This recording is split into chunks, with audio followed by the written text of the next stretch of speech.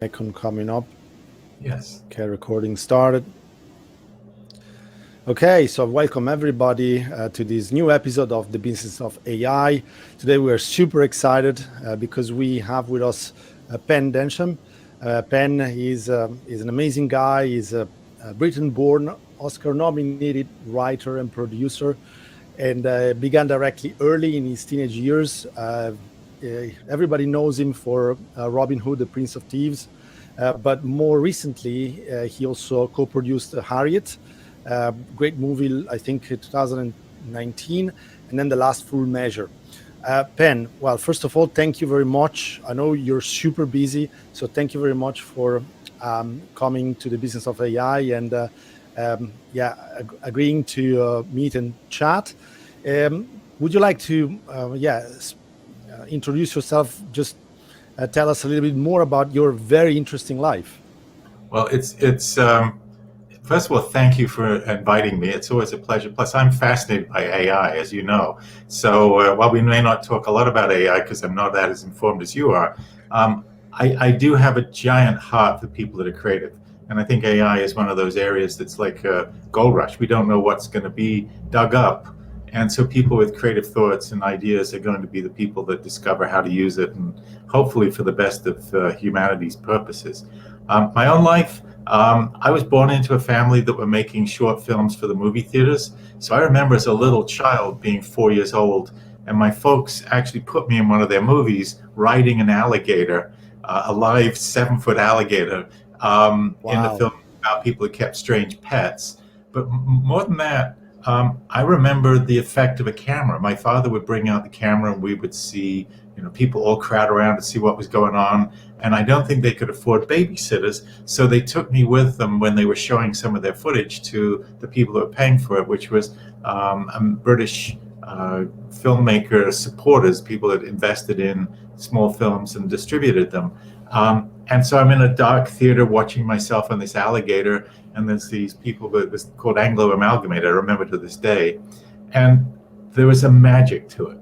There was like people casting spells, and cameras and storytelling and that dark room have stayed with me my whole life. My mother died when I was quite young, and my father went on paths that I don't think were the best choices, and ended up marrying a lady who was a bit Cruella de Vil. And so I left school at 15 and had a great deal of difficulty feeling confident about myself, confident about being an artist.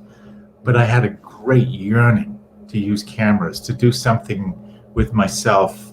I was no good at maths, no good at many of the organized things. What the fuck is grammar? I have no idea. But, so I left school at 15 with this passionate desire.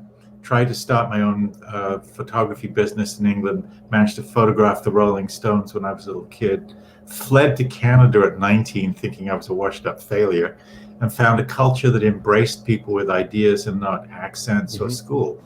And was incredibly lucky, found a lot of young filmmakers, fell into the system there. And through making short films, through support, ended up making my own company at the age of 22 because I was no good as an employee, much better trying to figure my own way out, put together a team of people to work with.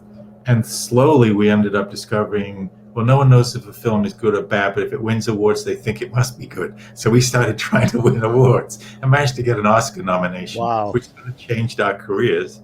And I also did a short film, 30-minute drama, when I was about 32, which was the first time I'd ever had the courage to write, because I'm a bit of a coward.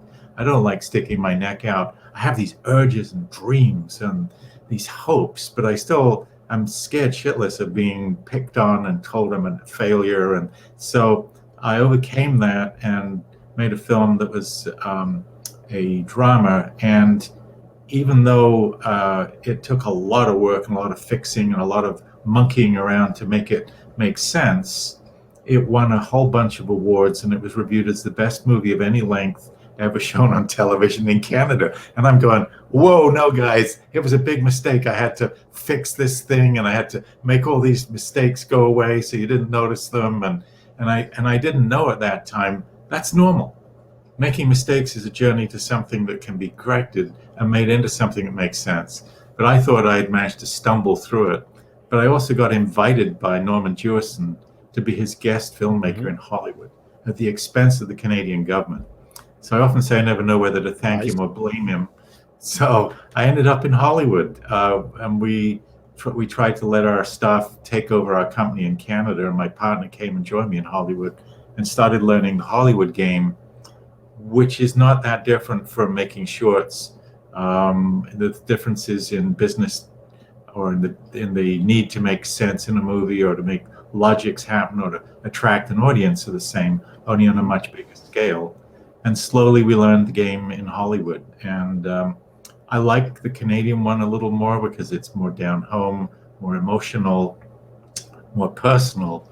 But I was able to dream much bigger. And so I ended up in Hollywood. And all my life, I've still had a passion for cameras and taking photos and trying to make films and photos that are highly visual and speak through pictures as well as words. Sorry, long-winded, Now, but you know, I'm absolutely old not. This now. is fascinating. I've had a history. Fascinating, and very adventurous life from the real beginning. Because from the real beginning, you embraced you embraced your fears, you embraced risk, and you took very bold moves to follow what you liked, which is kind of rare, right? I think it's in a lot of people. I think we're part of a spectrum of humanity, and I think there are people who are settled and don't have the same goals, and they're what I call pragmatic people, and they're organizers, and they take on the rule systems and they run them. And there are people like us who haven't yet discovered the things that will fulfill us, and our brain is constantly going, "What if? What if?" And every now and again, it clicks over to, "Oh, maybe," and suddenly you've got this gestalt that this idea comes to you, and then you try and figure out, can it be made real? And so this process of turning ideas or dreams into realities is going to appeal to a certain section of the human spectrum. And I think we're gifted. I think we, some cases, might have been the shaman in our tribes when we were 40,000 years ago. But it also, as you'll compliment me and say, wow, you went out and followed this. Most of the time I'm scared. Most of the time I don't follow enough of them. And I say my errors of omission, the things that I cowered out of, the things that I could see too many things that scared me about it, or it seemed too complicated, I regret it afterwards. And failure to try to do something is 100% guaranteed. Whereas when you try something, you start the steps of correcting. And even though I know those things intellectually, I still have to force myself to find the energy and the ambition to take the risks all the time. That fear might have gone to a different level in terms of my knowledge base, because it's like they say about Einstein. It's not that he said he wasn't smarter than other people, just stated things longer. So I've been doing this thing longer, so I have a lot of experience, but I'm still scared.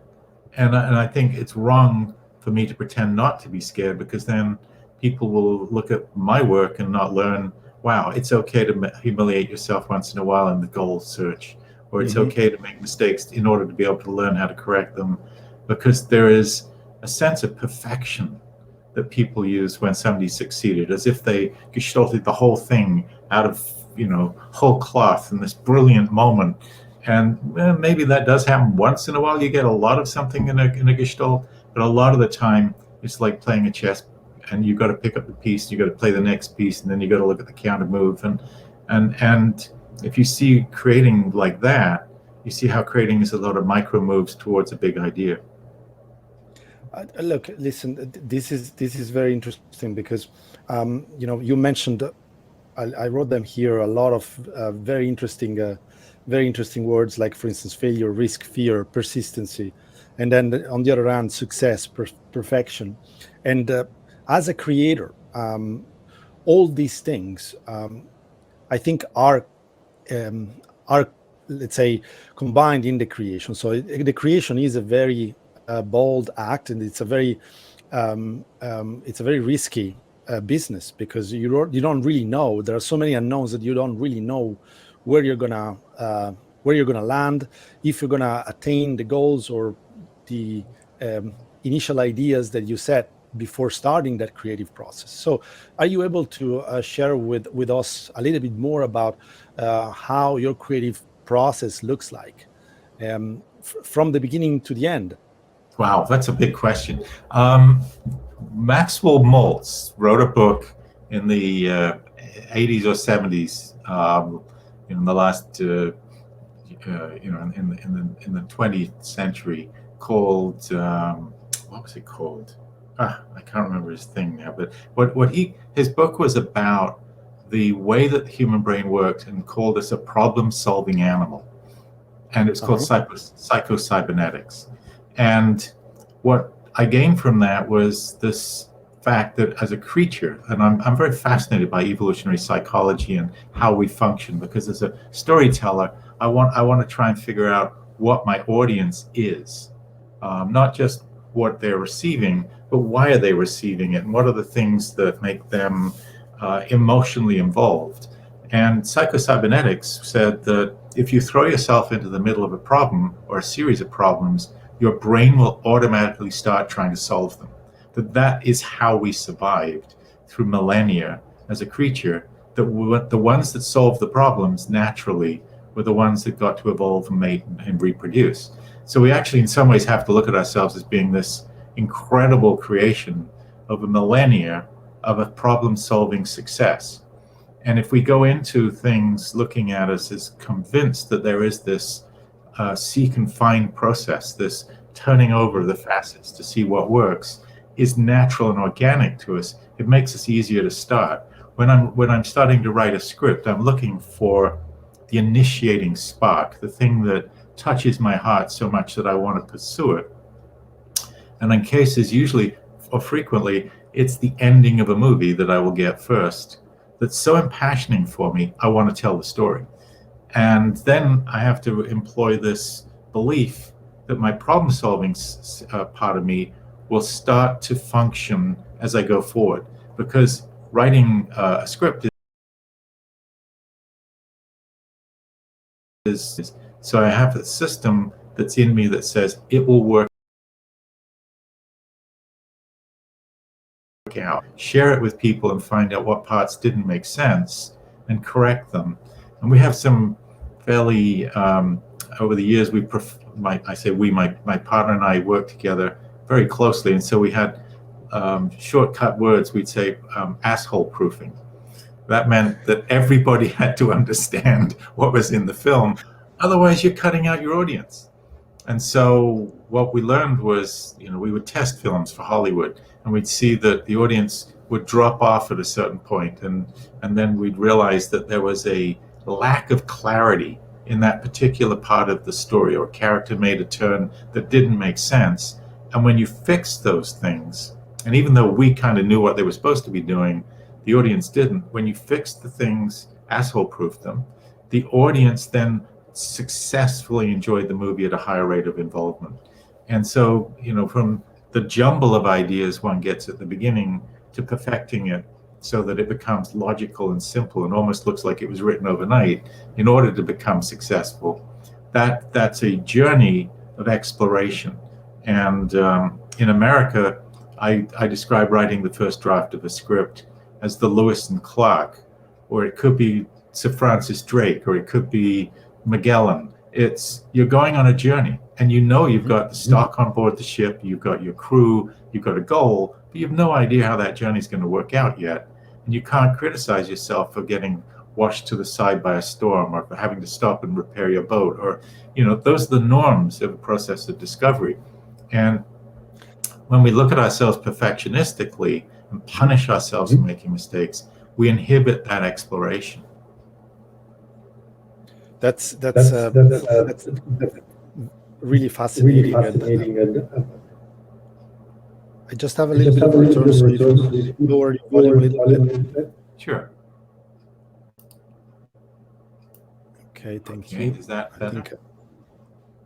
I think I'm better. Yeah, thank you very much. I'm taking you down very low now.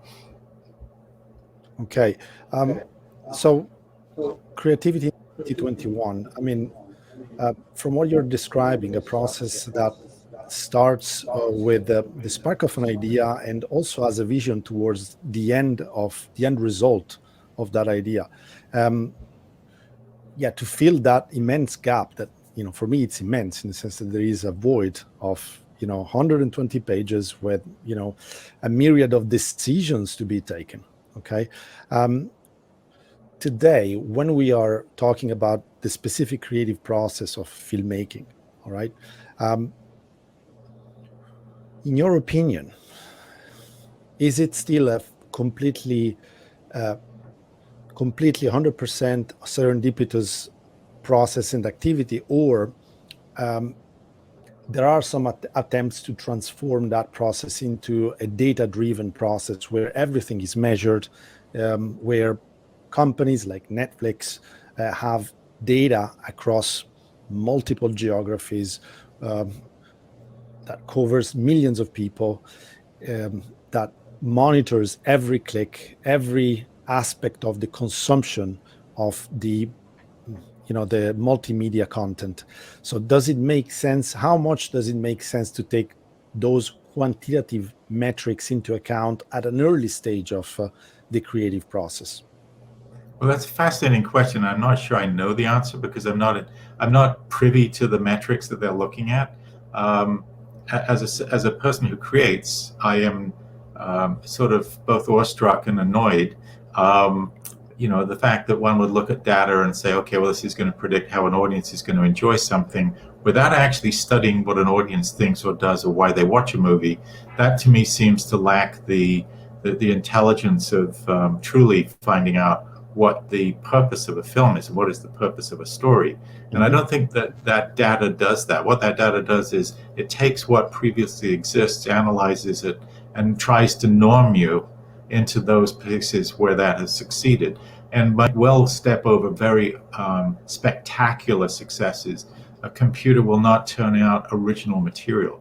And there's a term called bisociation, which is where you take Uh-huh. two unique ideas and combine them, and suddenly you've got something that becomes its own create putting a hot dog in a hamburger bun. It just never existed before. And then you go, okay, what else would we put with it? Well, we'll put, so it's like, and suddenly by association forces new things together. And that's what lacks when you just take data. You're not going to go to those new places. Um, data that doesn't understand why we watch movies is, and it's the most interesting thing. When we first came to Hollywood, we took the people that did the film testing to lunch because we Mm-hmm. were looking for the shortcut, which was, and we asked them while we were paying for their lunch, what works and why does it work? Because we figured if they told us the answer to that, then we knew how to make successful movies. And they Makes use this sense. term, which is a little vague, but it said new, interesting, and different. But none of our people know how to sell it. And what that meant was that the audience wants stimulation. Why do we wrap a gift when we give it to somebody? Why are we creating anticipation? What if I said to you, you're going to watch the same movie every Friday night? It's exactly the same. You loved it the first time. Let's go see it again. About the fifth or eighth time, you're going to, this is freaking boring. Why? Why doesn't it work over and over? Because new, interesting, and different stimulation. The brain, what a movie does is history, and if it's not stimulating, it doesn't. Its familiarity breeds contempt. You're not getting these changes in your physiological experience. You're not getting a sense of anticipation when you creep down a hallway and the killer may or may not be there. You're not getting this joy of will the boy get the girl, and this cry of internal hope and heart when they finally clutch. None of that can work when it's so familiar. You don't have any sense of newness. So the testing systems, to my mind, probably don't hit the new, interesting, and different test. And why don't the studios know how to sell it? Because they haven't studied how to change the way that they sell. And the way that they sold Okay. was they would take kind of a hammer to the selling process. They would. We were asked to sell a couple of Stallone movies because he had sort of adopted us and asked to help him make Rocky II and help him sell Paradise Alley, which was another one of his films. We discovered that the studios would hire 6 or 8 trailer companies, pay them all to make trailers, test the trailers, and then take the pieces out of the trailers that worked and put them together, and that was how they sold. And we met with them. We said, well, they were asking us to make a trailer. So, okay, what's your demographic? What is your goal for the movie? And they said, well, just cut a trailer and we'll find out. And so that lack of foresight, which not all of them have, but that generic foresight process of if you throw enough pieces at the wall, you'll end up with something that works, was the way that they were selling. And therefore, something that was totally new scared them because they had no previous experience to be able to pull from it. And they didn't know what the audience was looking for. And frequently you'll see sequels or repetitions. Star Wars was copied by several other films that came out, The Black Hole by Disney, for instance, because they thought that Star Wars was what the audience wanted. And when Star Wars came out, it was new, interesting, and different. I think the idea that some content will resonate more with a specific audience or with the audience in general than other is it's super important and also fascinating. I think the data-driven approaches have their own limitations, but I'm even more interested in understanding with you the effect of specific content on the human brain. I think I read in one of your books this concept. I read about this concept of learning trance, yes. And I would like to know if you're able to, describe it a little bit more into the details, because when I read it, I automatically thought about the kind of trance state that certain AI algorithms are inducing in the user. And here I'm talking about recommendation algorithms in particular. When you're using a social media application, or when you're using YouTube, you're recommended, you're prompted with videos that the algorithm believes are relevant for you and that you would like, and you're constantly scrolling, you're constantly assessing and reviewing, and you're absorbing information, but in a kind of loose way. And I don't think it's a good trance state. I mean, I don't enjoy that state of mind. Okay, and this is something that obviously creates a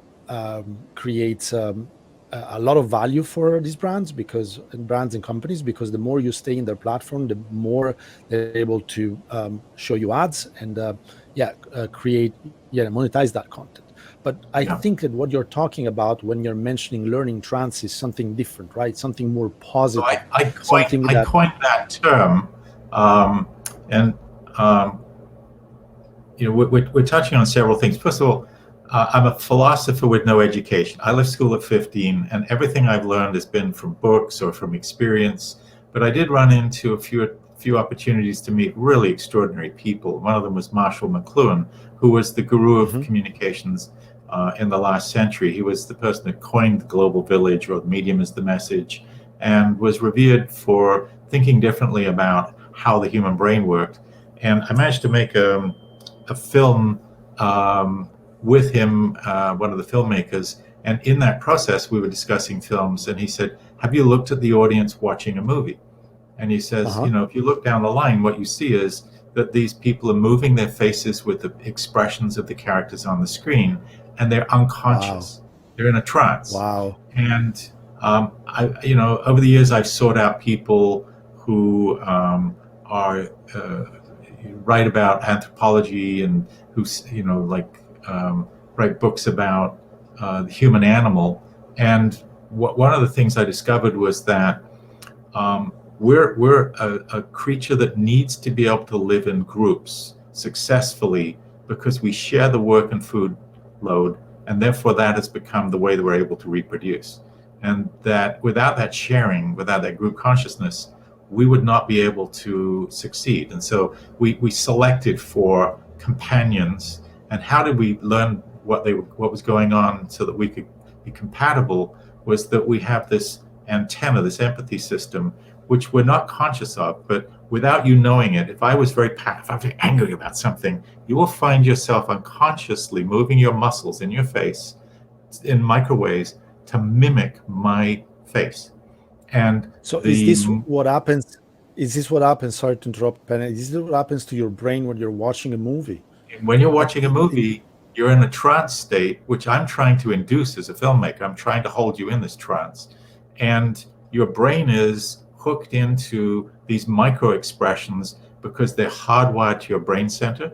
And what we are as a survivor problem solving animal is we're trying to learn through empathy how to navigate what these other people, these other characters are experiencing, so that we can benefit from their experience without having to go through it.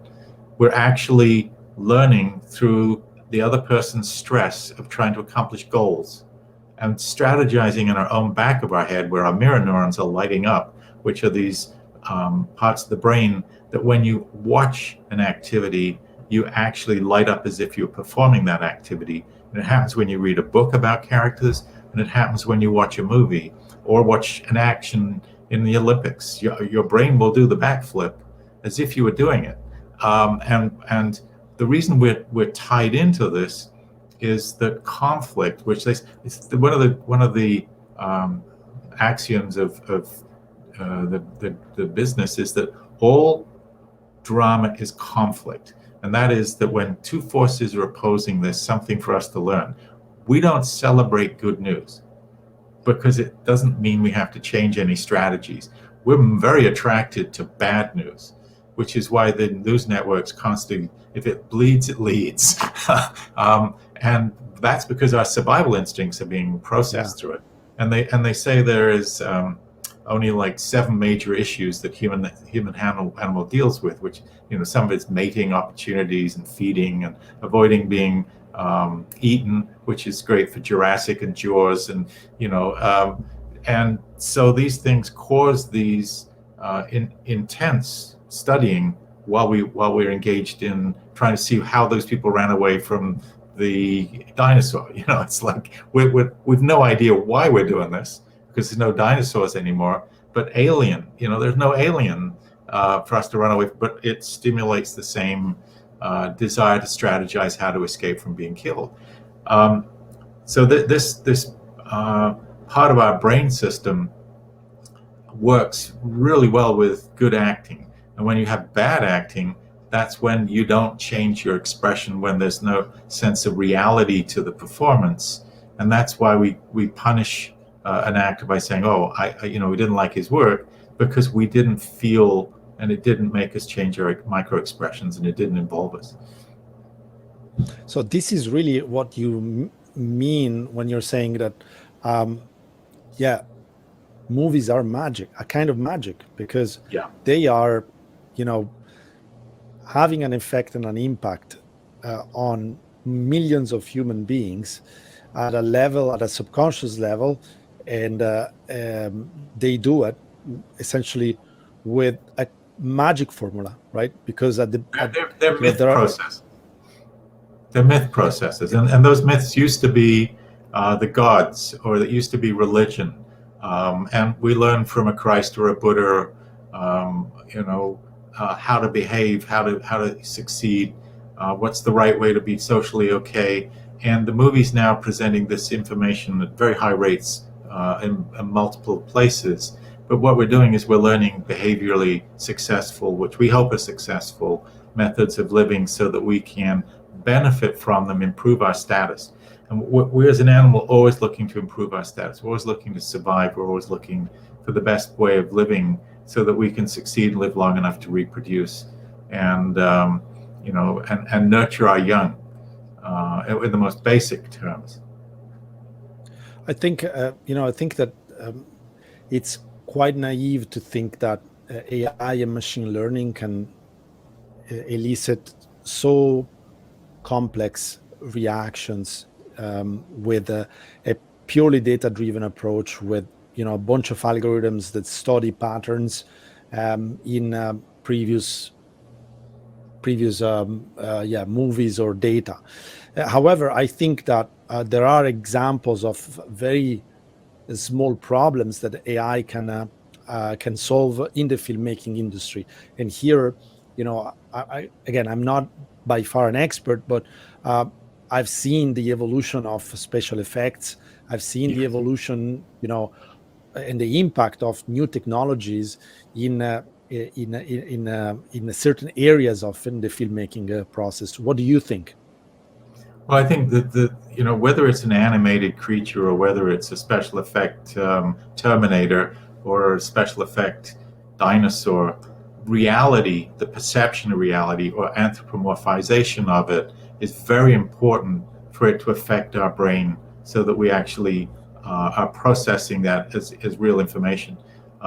We need anthropomorphization, which means that we need humanness. So we'll watch panda bears as long as they're behaving like human beings, cutely dressed as panda bears, but they have the same issues and the same needs. But if we actually watch real panda bears, we get bored very quickly because they're probably just following scents and chewing bamboo roots. We're not going to learn anything from that. So we're only attracted to things which are engaged through the disguise of being human, but dressed up as something else.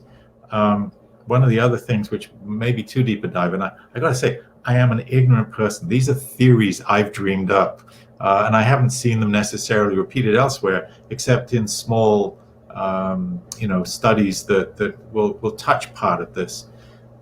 There's two things that one I found. Evolutionary psychology essentially says all human beings are mostly moral, and I think that's a beautiful thing. Morality means that the group can live together. And then we watch TV and we see somebody steals, somebody murders, and the champions of morality go out and stabilize the fabric. If you tear the fabric with a rape or with a murder, they go out and stabilize it, prevent more, and put the world back together, Humpty Dumpty it. And we're not conscious of why we're watching this repetition, but we love to see it happen. So I get a great deal of emotional strength thinking that in the majority, although we've got the outliers, the people who are wrong and who are trying to find a cheaper and easier way to live their lives at the expense of others, or take power, but the most of us are just good. And our teachings, the Ten Commandments or whatever, are about the moralities that we need. And there was a group in, I think it was Cambridge, anthropologists 2 years ago put out a baseline of what human beings around the world, pre-language, pre-religion, all valued. And it was the most basic things: preservation of family, trusting others, not stealing. These are moral things that are built into our animal. And so stories and algorithms that feature those are going to succeed more.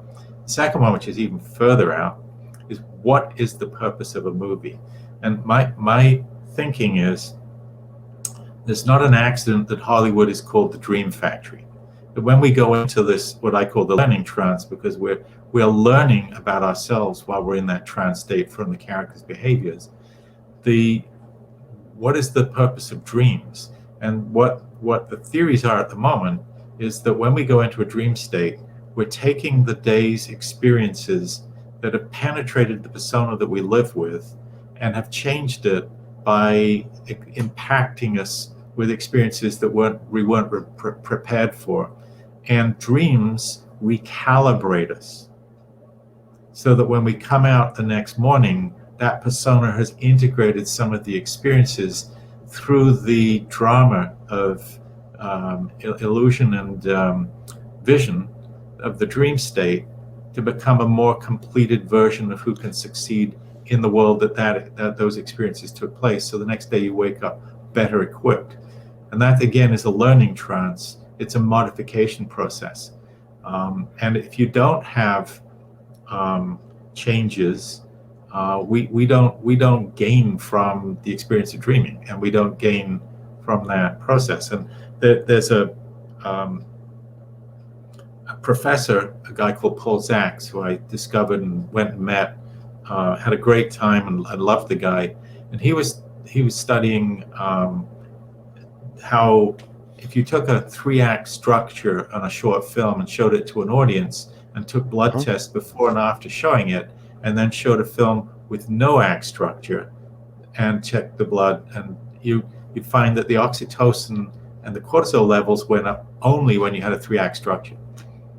And Wow. and it also made you more willing to share in tit-for-tat games. So that again sort of suggests to me that while we're organically that we're organically creators, that stories function on a biological level, and that if they don't tell 3 acts, which is a problem is set up, the hero fails to settle the problem, the act breaker, the second or third act is usually called the belly of the beast by Joseph Campbell, who studied myths and legends. And the third act is when the character changes, or their spirit changes, or they have a metaphorical death and rebirth, and become the persona that can achieve what their goals require of them. They become the person they could have been if they hadn't had the obstacles in their lives that prevented them from it. So that 3-act structure is actually organic to us. And then you go, what is an artist? Well, maybe the artist is an antenna to society who is picking up these experiences unconsciously. And when we write, we may be reproducing a kind of a soup of all these different experiences, our zeitgeist, our DNA, the time we live in, the history we're in, the experience we've had in our own family unit, and through those come these new pieces of drama, and we're creating at the time that these things are significant. And that was what Joseph Campbell, who was the studier of legends and myths, who Star Wars was inspired by, where his mythology studies were used to create Star Wars.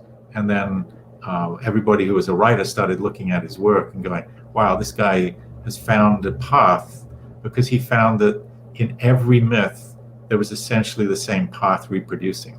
And it was he wrote a book called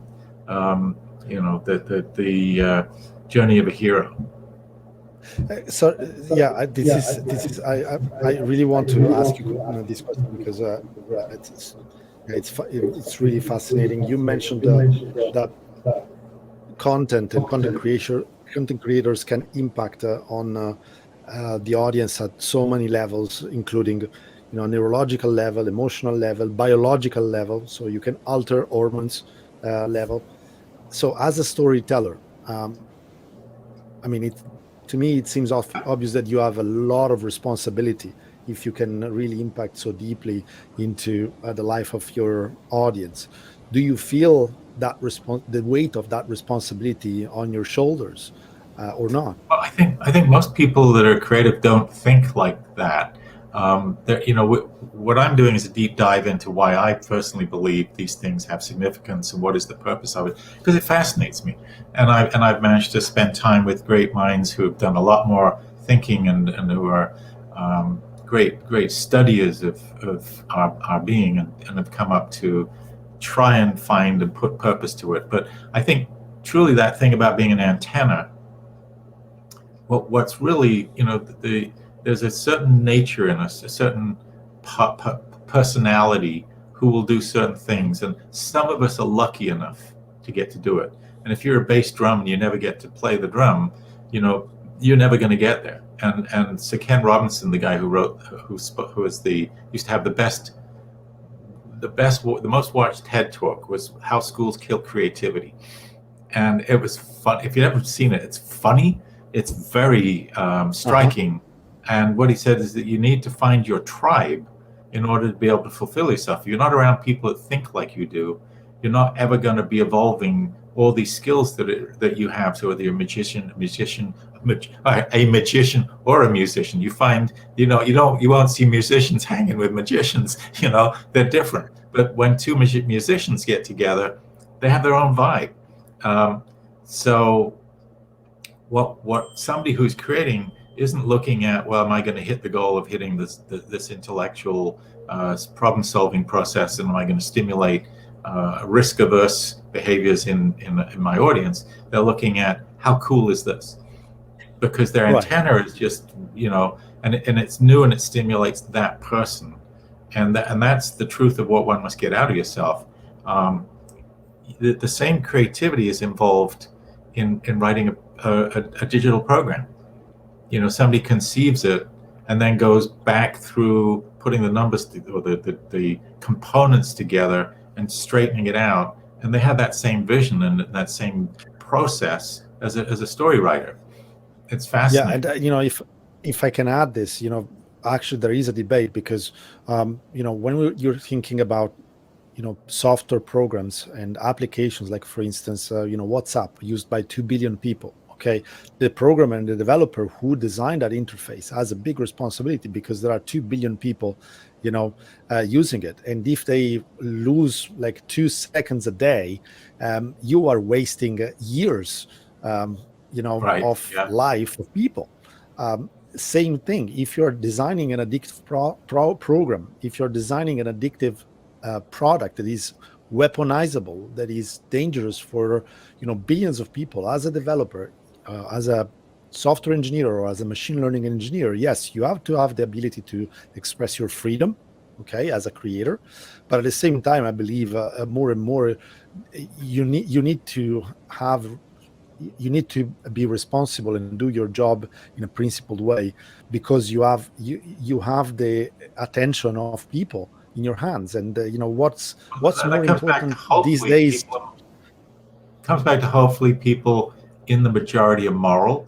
They get approval for being moral, and therefore they're working as hard as they can not to create things that waste time.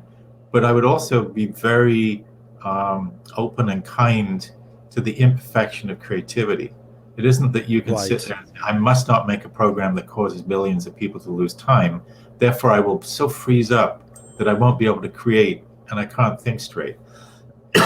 You have to look at it as, I'm going to do the best I can to get this thing out of me. And it's going to come out of me whatever way that my nature is capable of receiving it through my unconscious. And some of it will be imperfect. But if I can get enough of it out, I can then re-strategize. And in storytelling, as I said, I call the first draft an exploration.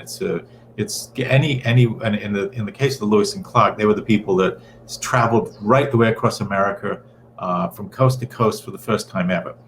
And I say any freaking way to the coast is legitimate. Just get to the freaking coast. Because once you've got to the coast, and it doesn't matter how many wrong channels you went up, how many rivers you went up, found out there was a waterfall and you couldn't go over it and have to portage to get, nobody knew that before. So you can't criticize those people for being idiots for going there. What you do is you get to the coast, and once you've got a journey laid out, you have the option to reflect on what would be the most efficient way to make it work. And I call that putting the freeway through. And that means that once you've got there, you can see the whole creativity. And then you look at, how can I make that more effective by cutting off the things that didn't need to be there, make it more simple and efficient. The next part is what we call asshole proofing, which is put up freeway signs. Make sure the audience is able to understand where they're going with your characters and why they're on that journey and how they get there. Because if you don't include them so that they understand it, and that doesn't mean you give them all the answers, because they've got to make that, there's got to be a sense of discovery and surprise and novelty, but you make sure that there aren't turnoffs that they take by accident so that they get lost on the journey. You got to make sure you keep them with you as the visionary to get to the goal of your end result. But And you can't create to perfection. It's impossible. You got to create imperfectly. Okay, that's interesting. Creating perfectly. I know that you are also a visual artist, and Yes. that you tremendously enjoy that.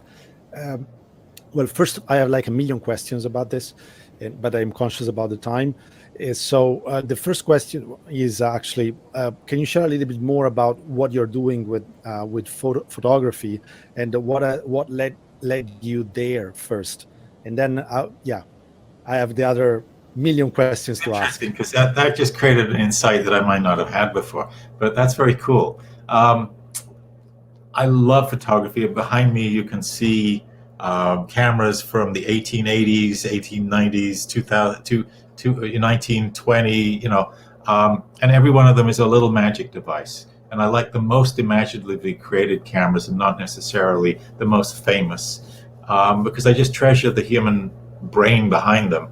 And all my life, I wanted to cast spells with a camera, and so I spent an enormous time shooting slides, which were they were the finished result that you would put in a projector, and it was just the image that you shot. There was never any reframing. There was never any, able to boost an element in the material just to get it right. And I did that because I wanted to try and train myself as a filmmaker to see my composition right away. But also, photography has a lot of rules, and there's a certain high priestess about this is the right way to make a photograph. This is the right balance. This is the right composition. This is how you take a portrait, and it's supposed to all be in focus, or it's supposed. And I failed to take photographs that I thought were magical, except once in a while. And then I saw my daughter using my cameras, who didn't know all these rules and didn't know vanishing points and framing sizes and all these things that have been hammered into me over my love of this art. And her stuff, which was unthought, unanalyzed, was ethereal and different. The focus points were weird. The compositions were different. And I started to look at what I'd given up on, and I pretty much quit photography because trying to get it right all the time just didn't make me feel good, because so few of the images were spectacular. And then I'm seeing my daughter's images, which are mystical and poetic, and I was reading up a website that had articles on photography, and one of them said, "Why are you holding the camera still all the time? Because you're told that you have to get rigid and shoot a photo, and it has to lock everything in." And it said, why not just take it and move it a little bit and see what happens on a longer. Okay. And I started to do that. Excuse me, sorry. And I had these smeary, strange, experiential images, and I didn't know what the hell how to judge them. And I forced myself to do this idiot thing of moving the camera or making longer exposures or shooting extremely high ISOs in the middle of summer and so putting ND9, which is a very high darkening lens on the camera, so that it was grainy as shit in the middle of summer when normally you'd see very fine-tuned images. And I started saying, what if, instead of that I have, and I started to describe it as saying, I'm using my camera as a paintbrush, not a gun. And it's painful being different, because my images didn't look like anybody else's. And so I'm shooting waves or streams or koi, beautiful things. And koi, if you take a long exposure, stuff becomes streaks and colors. And if you spray a misting water from a hose over the koi, suddenly you're getting the refractions are turning into rainbows. And so I went on this journey, which I've been on now for 14 years, of trying to break my mythology of what is the right way to make a photograph, to making images where I have to discover how I feel about the image as I see the result. And I'm trying to make images that are emotional. And there's one more thing, and then and I discovered this word, qualia, which is a philosophical term for things that cannot be described in words. And I'm trying to reach the state of qualia so that my images are emotional, affect you, and are mysterious and wonderful without them having to be the form that everybody accepts as a normal photograph. So what you're saying is that to achieve those three characteristics of um, a medium or a product, a final product that impacts your audience in the best possible way. So those three characteristics that you mentioned were, something interesting, something different, and something new. So to achieve those characteristics, you're essentially taking all the rules and you break them. And when you do that, you're obtaining something that is completely novel, unseen, and different. You are also attaching um, a new layer, a new emotional layer to that content and medium that is much more straightforward and much more um, potent for your audience because your images, and I've seen them, they're quite abstract and quite shapeless as well, but also textured, and they're very colorful. I mean, I remember them. Some of them I remember them, and they're very colorful. But at the same time, I cannot say that there is one color that is more dominant than others. So this process of breaking rules really has a very deep and profound effect on, at least on Luca.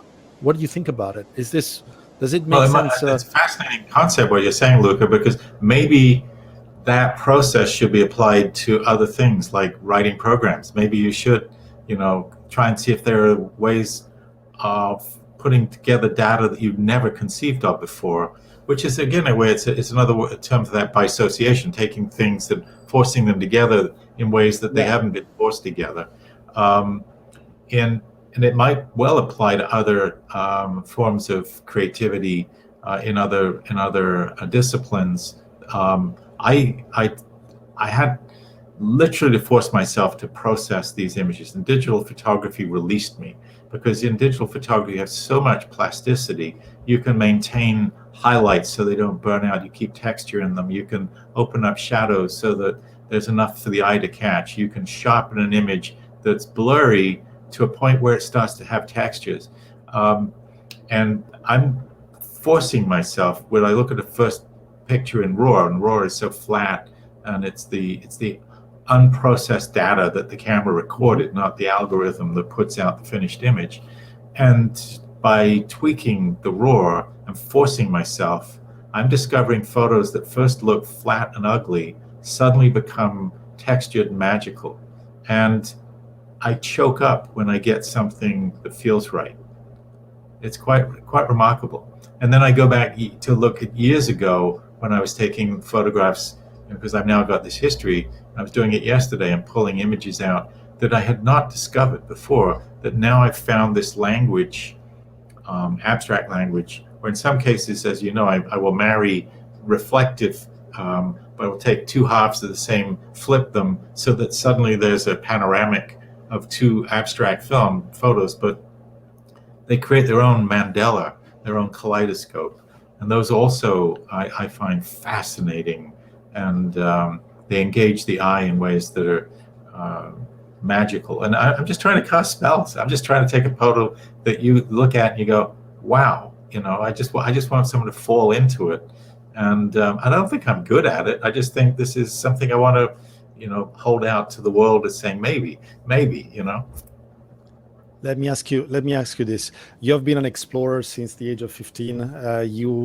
You are not afraid of venture in uncharted territories when it comes to creations and creativity and many aspects of your life. And I would like to have your opinion on a new technology that is related to visual arts that has been exploding in the last 12 months. I'm going to read some facts about NFTs, non-fungible tokens. Quote from the Economist of last week: 11% of American adults say that they have purchased an NFT within the last 6 months. Only a percentage point less than those investing in commodities, by the way. Ethereum, which is the blockchain platform that runs NFTs, was worth 340 million last year, and today is 14.3 billion. So I could go on for another 20 minutes, shoveling these astonishing facts. It smells a little bit like a bubble to me, but as a technical guy, I see enormous potential in this technology in at least two areas, and then I will ask you to comment on this. The first one is the flexibility that gives to the artist, because there's no more Sotheby's, there's no more intermediaries. You can have your audience pen, you can sell directly to your audience, and it can be done in an instant.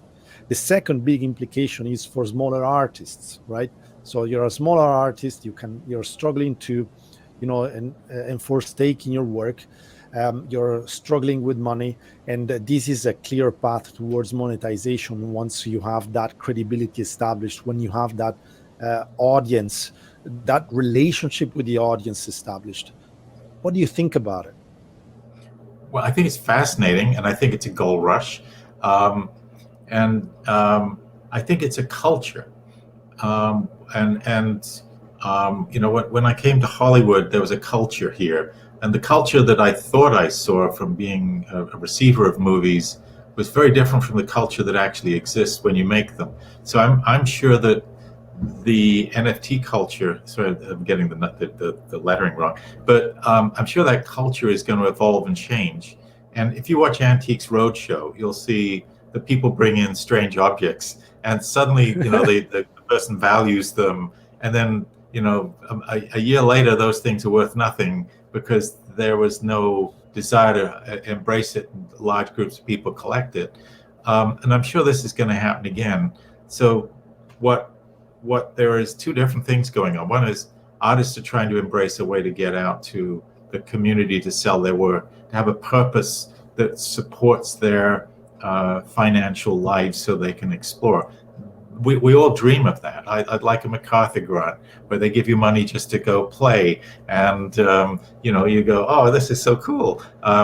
So this process is again a gold rush. How the rules will be defined and how it will change are going to keep evolving as people find ways to make it work. It's the problem-solving process. People will keep turning over facets until they find ways of making it work. And how one gets to get noticed, like when we discovered that our films sold a lot better if they won awards. And we were competing in the early days, selling our films to schools and libraries, 60 mil prints. And that was how we existed. We were selling to television as well. And these markets were financially helpful because we as independent filmmakers we literally had holes in our shoes and went out and made movies. And if they didn't sell, then we'd have to go work for the other people. We didn't like that. And so any way as an artist to take your dreams and get paid to make them is brilliant. And the questions are, how do you accomplish that? And it'll take as much work to sell as it does to create. And that's one of the things that people just don't fall into success. Well, that's not straightforward, right? For an artist, I would imagine, doesn't think like that, right? No, and so there will be people who will take advantage of them and will market their materials and keep most of it. Like the record business is full of poor people who wrote great songs that the money went away to other people who are much smarter and didn't actually create anything. And it'll be the same game. But there will be others who will figure it out, succeed, and what's the difference? What medium is this? Does a block of alabaster become worth billions because it's sort of got David carved out of it? But what is a diamond? I mean, a diamond's a frickin' rock. Okay, it's a glittery rock, and people give them these incredible values. But all they are is a glittery rock. But we've all agreed that diamonds are worth a fortune. So, what is going to happen with blockchain creations? And I have no idea. But, I'm stunned at the numbers right now. And as an ignorant person, and I profess not to be informed well, I'm blown away. And whether it's a Ponzi scheme, but if somebody wanted to offer me large amounts of money to put my art into blockchain, I would say, absolutely, let's explore, let's have some fun, as long as it's not harming anybody else. Wonderful. Yeah. And look, we'll see what happens with NFTs. It's sure that you know people more and more need alternative ways to store value. Okay, and yeah, gold. It's not attractive anymore, especially for younger generations. Traditional commodities are not. They're not cool anymore. And I imagine that, yeah, 26 years old guy bored in their bedroom, they prefer NFTs, investing in NFTs than in other types of financial assets. So it makes sense from their perspective. But anyway, listen, I If they think we're become running out of safe, time. yeah. Sorry, go ahead. Go If ahead. they become safe, and I think that's going to be, the quality of any market, which is why De Beers buys up all the extra diamonds. It's going to take that kind of, and bankers always wear suits because they want to look like the money's not going to fall out the back door. It's like, how do you transmit safety to the people that are going to invest? Because if it's just a spurious commodity, if it's a souffle, then there's going to be a lot of people hurt, which I wouldn't relish. But if it can be explored and it can give freedom, and we can see new kinds of discoveries come through it, then I'm totally for it. I have a friend who creates games, and they're looking at blockchain games, and I don't fully understand what that means, but he gets so excited about it. It's wonderful. So. Well, look, it makes a lot of sense. I mean, I don't know if you're following all this new debate about the metaverse and these virtual worlds, and Facebook that is changing their name into Meta, and their pitch and the idea of us being immersed in the metaverse, in this virtual world where the physical and the digital is. The barrier between the two worlds is thinner and thinner. So if you buy into that narrative, yeah, everything related to NFTs, anything related to, collectible items, anything related to new types of currencies make a lot of sense. At least it makes a lot of sense to me. What I guarantee will happen, Luca, is that nothing will succeed unless it fits the mammal's behavior. It's really why gold is worth money is they believe it is, and it fits their sense of acquisition and solidity and security. And if the natural needs of us as a consuming animal are met, then these things will succeed. But if they go into them and they hypothesize what a human being is and create some very strange theories that don't fit the basic forms of what we really are and what our brains are designed to do and what our bodies are designed to experience, then they won't succeed. But I will also say, I have no idea why the internet succeeded at the rate it did. It is astonishing to me that all of us mammals have all jumped on this system. We trade information around the world freely. We display, frequently put up large amounts of information that cost us time and energy and display them on this medium. And I'm trying to figure out, and I have been thinking about it for a long time, why? What is it that it fits in human nature that is this extraordinary? That this epic behavior, this transition of humankind to this digital universe has caused, and what elements of us is it appealing to and stimulating? Because if you answer that, then you'll probably figure out how the meta world will work. Yeah, and I think we are still in the middle of it. So I think it's hard for us to figure it out. But certainly, in 100, 200 years' time, they will study this moment in the history of the world, and they will be probably amazed by what happened in such a small amount of time. So, in this very interesting future, tell us what's coming up next for Pen Densham. Oh, well, I'm working on a TV series that I have been asked to review. It's a project that I put together in the 90s that managed to get on TV for a short period of time. It's a science fiction adventure series. I called it the rock and roll of science fiction because Star Trek was like classical music, and it was so pompous and boring. So, I wanted to do the rock and roll where things break down and people have like hearts that are made out of clockwork almost, and they bang them and put them back in their chest because they have to run. And it was just, very, very much fun. So I'm going back to that. But I also have a couple of films which I yearn to make, which are what I call life scripts. And at this age, I'm spending my time, and I only want to do things that impassion me and have purpose.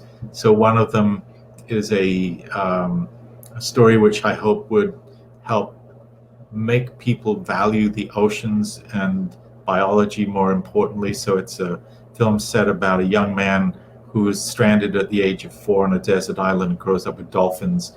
And I jokingly call it a wet Tarzan. And I've been working on that for 20 years.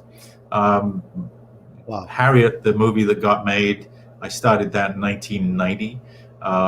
And the script that finally got produced was an evolution of the script that was written by another gentleman at that time, but it didn't go away. And that's one of the things about our business is scripts are like sperm. They're everywhere. And it's the egg of production that counts.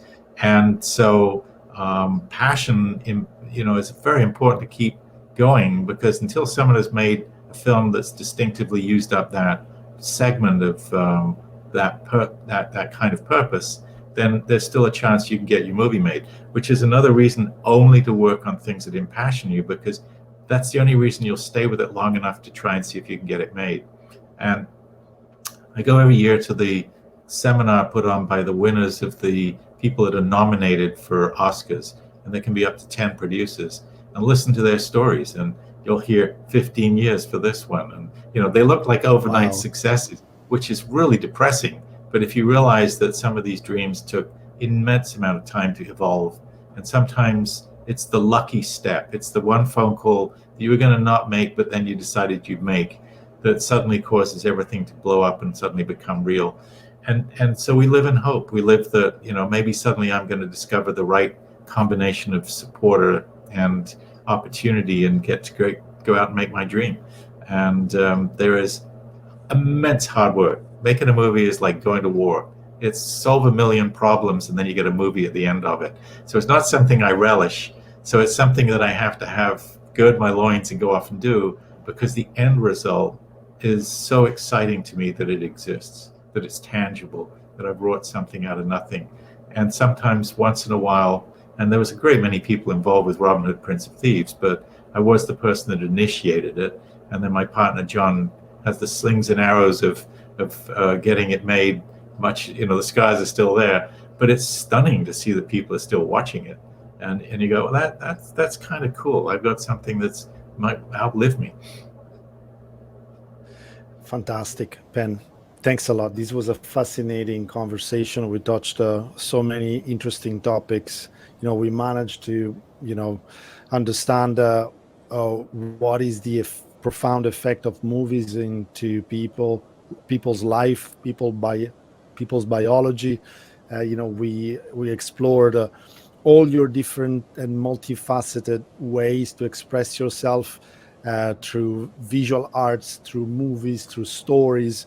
You walked us, also in a very straightforward way through your fears and through your doubts and the risk-taking attitudes that you need to be a creator. So thank you very much. We know you're super busy, so we appreciate a lot. One more thing, and that is that of course, as many as you like. Well, I have that mini book that I wrote, which I'd love for people to share if they would like to.